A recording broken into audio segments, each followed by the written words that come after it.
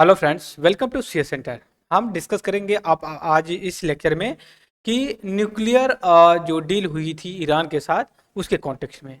Context ये है दोस्तों कि कतर कतर एक गल्फ कंट्री है। उसने अभी ये डिसीजन लिया है कि हम एक एक तरह के मतलब इलेक्शन कंडक्ट करवाएंगे, मतलब कि कंडक्ट करवाएंगे इन द सेंस कि ईरान और यूनाइटेड स्टेट ऑफ अमेरिका के बीच में बात करने के लिए करके, ठीक है। क्योंकि अमेरिका और ईरान के बीच में हमेशा टसल देखने को मिलता है।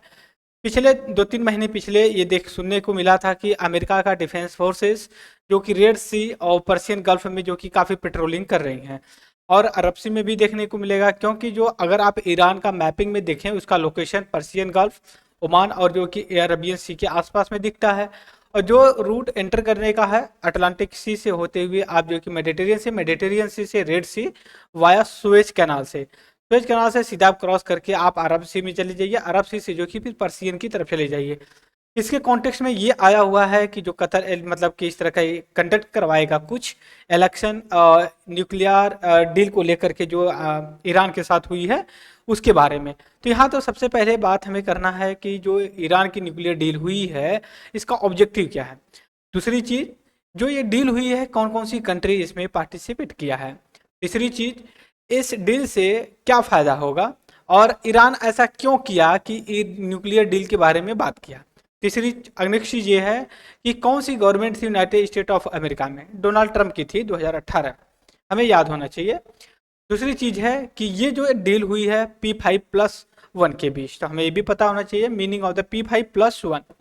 नेक्स्ट, कि जो आपको देखती है हमेशा एक एजेंसी का नाम हमें देखने को मिलता है IAEA, international atomic energy agency करके।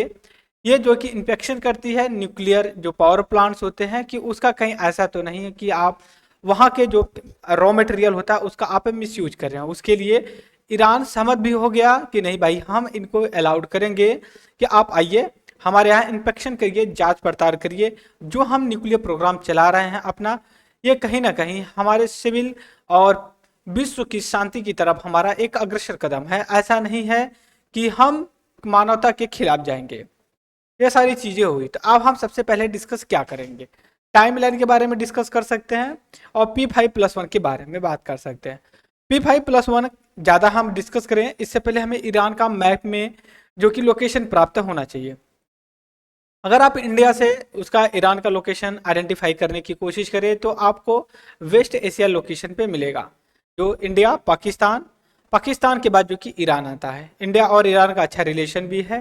ग्वादर पोर्ट बंदर को जो डेवलप कर रहा है इंडिया, इससे इसको अफगानिस्तान सेंट्रल एशिया में जो कि अच्छी कनेक्टिविटी भी मिलेगी, राइट। और इसके बाद एक चीज और हमें पता होना चाहिए, इस रीजन में पीसफुल और सिनेरियो या फिर सिचुएशन होना भी जरूरी है। क्यों? क्योंकि इंडिया अभी G20 का मीटिंग किया, इसमें India middle east European corridor को लेकर के बात चल रही थी। ये कनेक्टिविटी का जो कॉरिडोर है ये आपका पर्सियन गल्फ या फिर बोल सकते हो गल्फ कंट्री से होते हुए जॉर्डन इजराइल से होते हुए मेडिटेरियन सी से होते हुए जो कि आपका चले जाएंगे यूरोप कॉन्टिनेंट में, तो इसलिए भी ये इंपॉर्टेंट हो जाता है। नेक्स्ट ये है जो P5 है, P5+1 है। ये देखिए जनरली अगर हम यूनाइटेड सिक्योरिटी काउंसिल की बात करते हैं, सुरक्षा परिषद यूनाइटेड नेशन सुरक्षा काउंसिल की अगर बात करते हैं तो उसमें 10 मेंबर होते हैं। 10 मेंबर में 5 परमानेंट मेंबर होते हैं और 5 जो है कि 5 परमानेंट मेंबर होते हैं और 10 नॉन परमानेंट मेंबर होते हैं। जो 5 नॉन परमानेंट मेंबर होते हैं, सॉरी परमानेंट जो मेंबर होते हैं 5, इनको जनरली बोला जाता है P5। P का मतलब परमानेंट, 5 का मतलब 5 ग्रुप ऑफ द कंट्री। हमें पता होना चाहिए कंट्री कौन कौन सी। अब +1 जो और ऐड किया गया है ईरान न्यूक्लियर डील को लेकर के, उसके बारे में क्या है, +1 वो जर्मनी को इंक्लूड करता है। इसके बाद हम आएंगे ईरान के बारे में डिस्कस करेंगे वास्तव में ईरान का लोकेशन कहाँ पे है। ईरान का लोकेशन हमें पता होना चाहिए, तो इससे क्या होगा कि हमें जो कि अच्छी क्लियरिटी मिलेगी हमें डिस्कस करने के लिए। एक सेकेंड, हम थोड़ा सा मैप को थोड़ा सा बढ़ा लेते हैं, ठीक है, ओके। अब यहाँ पे आप देखेंगे ईरान का अगर लोकेशन हम आइडेंटिफाई करने की कोशिश करें तो मित्र देख सकते हो आपकी यहाँ पे है आपका, और ईरान का जो इंटरनेशनल बॉर्डर लगता है ये भी हमें पता हो जाना चाहिए। ईरान का जो इंटरनेशनल बॉर्डर लगता है, एक सेकेंड, कौन कौन सी कंट्री से और कौन कौन सी वाटर बॉडी से लगती है ये हमें पता हो। सबसे पहले हम कंट्री के बारे में बात करेंगे। पाकिस्तान, अफगानिस्तान से लगता है, तुर्कमेनिस्तान से लगता है, अजरबैजान से लगता है, उसके बाद आपका जो आर्मेनिया से लगता है, टर्की से लगता है और इराक से लगता है। बात समझ गए? ये जो है कि आपका 4 से 7 कंट्री से लगता है। 7 कंट्री से वाटर बॉडी 2 हैं, पहला पर्सियन गल्फ है, दूसरा ओमान, गल्फ ऑफ ओमान है, और तीसरा आपका कैस्पियन सी है। कैस्पियन सी के पास ही एक रामसर पड़ता है, रामसर साइट जो कि वीटलैंड कन्वेंशन को लिए लेकर के बनी हुई है, और ईरान की राजधानी जो कि आप बोल सकते हैं तेहरान। बात समझ गए? यहाँ पे तेहरान मानते हैं। अब हम जब इंडिया का ईरान का आइडेंटिफाई कर लिए, तो अब हम चलेंगे कहाँ पे डिस्कस करेंगे ईरान को लेकर के। यहाँ पे देख सकते हो आप जो ईरान की न्यूक्लियर डील हुई है मित्रों, एक सेकेंड यहाँ पे, ठीक है, जो ईरान की न्यूक्लियर डील हुई है P5+1 के साथ, P5+1 के साथ, तो उसमें देख लेंगे क्या है। 1 में जो इंक्लूड किया जाता है आपका जर्मनी को इंक्लूड किया जा सकता है, ठीक है, किसको? जर्मनी आता है। क्यों? क्योंकि जर्मनी यूनाइटेड सिक्योरिटी काउंसिल का जो कि मेंबर नहीं है। और P5 जो है, P5 में देख सकते हो चाइना है, फ्रांस है, यहाँ पे आएंगे रसिया है, यूनाइटेड किंगडम है, और यूनाइटेड स्टेट ऑफ अमेरिका है। ये 5 हो गए, 5+1। तो ये जो कि ईरान न्यूक्लियर डील के बारे में बात करते हैं। इसके बाद अगर दोस्तों यहाँ पे देखा जाए कि जनरली क्या है, जनरली जो ये हुआ है, जो न्यूक्लियर पावर एग्रीमेंट हुई है इसकी ईरान की, इसमें जो है आप सब कहते हैं, हम हमेशा बात करते हैं इंटरनेशनल एजेंसी जो कि IAEA, international atomic energy agency जो है, IAEA, ठीक है, ये है इंटरनेशनल एटॉमिक एनर्जी एजेंसी। इसका काम क्या है? ये जनरली इंस्पेक्शन करती है, एक सेकेंड,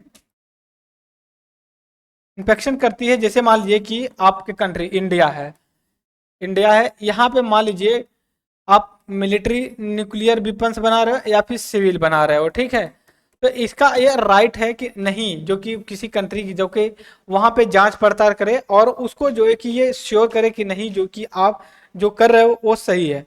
जनरली ये देखिए 2-3 मंथ पे जो है कि 3 मंथ 4 मंथ पे जब भी इसका मन करे जो कि वहाँ पे जा करके ये इन्फेक्शन कर सकती है। इसके बाद अगर मैं बात करता हूँ यहाँ पे ईरान को लेकर के, जो P5+1 वर्ल्ड पावर है, इनको जो कि बीच में डिक्लेयर मतलब बात हुई है। एक तरफ आपका P5+1 है, ठीक है, तो दूसरी तरफ आपका ईरान अकेल है, बात समझ रहे हो। और समय समय पे यूएसए जो है कि ईरान पे सैंक्शन भी लगाते रहा है, बात समझ रहे हो। तो ये इंपॉर्टेंट था। इसके बाद अगर मैं और यहाँ पे देखता हूँ कि कुछ इंपॉर्टेंट चीज़ है, हाँ, यहाँ पे देखिए, अगर ये ईरान P5+1 अगर न्यूक्लियर डील अगर इम्प्लीमेंट हुई, तो इसके पीछे ये भी था कि जब ईरान इस पे सहमत होगा तो जो अमेरिका ने या फिर वेस्टर्न कंट्री ने ईरान पे जो सैंक्शन लगाया है वो जो कि हट जाएगा, स्पेशली ऑयल एक्सपोर्ट पे, ठीक है, क्योंकि जो ईरान है ज़्यादा से ज़्यादा जो है कि क्रूड ऑयल को एक्सपोर्ट करता है, और इंडिया वहाँ से मैक्सिमम जो कि पर्सियन गल्फ से जो कि इंपोर्ट करता है क्रूड ऑयल। मैं यहाँ पे ईरान वर्ड नहीं यूज कर रहा हूँ, यहाँ पे मैं पर्सियन गल्फ के रूप में यूज कर रहा हूँ, क्योंकि जब इंडिया इस एरिया से करता है तो वहाँ से ईरान गल्फ कंट्री जो पड़ती हैं वहाँ से भी जो कि इंपोर्ट करता है, कुवैत हो गया, सऊदी अरेबिया हो गया, UAE भी हो गया। यहाँ पे देख रहे हैं, कह रहे हैं कि ये रिमूव करेंगे, सैंक्शन को करेंगे, और ये टाइम लाइन है इनको कि कब तक आप सारी चीज़ें कर सकते हो कन्वेंशनल बैलिस्टिक मिसाइल वगैरह को लेकर के। आप ऐसा नहीं है कि परमानेंट उसको इस पर सैंक्शन लगा ही रहेगा। इसके बाद यहाँ पे ज़्यादा भी टाइम लाइन दी गई है, 2018 में ये जो है कि डन हुआ। उस समय जो कि अमेरिका के जो प्रेसिडेंट थे, ये जनरली उनका नाम था आपका डोनाल्ड ट्रंप, सभी लोग जानते हैं। इसके बाद ये जो न्यूक्लियर डील है अगर हम बात करते हैं इस पे, तो IAEA जो है जो कि इसको जांच करेगी, इन्वेस्टिगेशन करेगी कि आप जो न्यूक्लियर वेपन्स डेवलप कर रहे हो वो क्या है। और जनरली इसको शॉर्ट फॉर्म में जो बोला जाता है इसको JCPOA बोला जाता है। बात समझ रहे हैं? JCPOA के रूप में भी जाना जाता है, ज्वाइंट कोऑपरेशन ऑफ पावर, यहाँ पे देख सकते हो न्यूक्लियर अग्रीमेंट रिमूव के रूप में बोला जाता है। जो JCPOA है ये जनरली इस बात को इंडिकेट करता है कि नहीं, जो हम न्यूक्लियर पावर प्लांट हैं उनका IAEA इंस्पेक्शन करेगा और ये श्योर करेगा कि ईरान की जितनी भी न्यूक्लियर साइट्स हैं, एक नहीं है कई उसकी न्यूक्लियर साइट्स हैं, और वो जो है कि एक पीसफुल के लिए जो कि डेवलप कर रहा। यहाँ पे आप देखिए अर्दाकन है, सागुन है, नाटाजान है, तेहरान तो मान लीजिए, पार्चन है, कराज है। ये मतलब कुछ चीजें हैं जो कि वहां पे आप बोल सकते हो कि जनरली ये डेवलप किया गया है, इनका न्यूक्लियर पावर प्लांट है, तो वहां पे जो कि इन्वेस्टिगेशन करती है। तो ये हमारा था P5+1 को लेकर के कि नहीं इसमें क्या क्या चीजें हैं। दूसरी एक बात मैं और आपके साथ शेयर कर देता हूं कि जो अभी मैं बात कर रहा था IAEA international atomic energy agency, ठीक है। तो इसमें अगर हम बात करते हैं, एक तरह से आप देख रहे हैं न्यूक्लियर एनर्जी के जो न्यूक्लियर वेपन्स वगैरह यूज किए जा सकते हैं या फिर जो डेवलप किए जाते हैं उनका इंस्पेक्शन करती है इंटरनेशनल एजेंसी है। ये आपका मिलिट्री और सिविल दोनों टाइप के न्यूक्लियर वेपन्स को इंस्पेक्शन करती है। हालांकि ये इंडिया में अभी सिविल इंस्पेक्शन के लिए परमिशन दिया गया है, इसको मिलिट्री के लिए नहीं दिया गया है।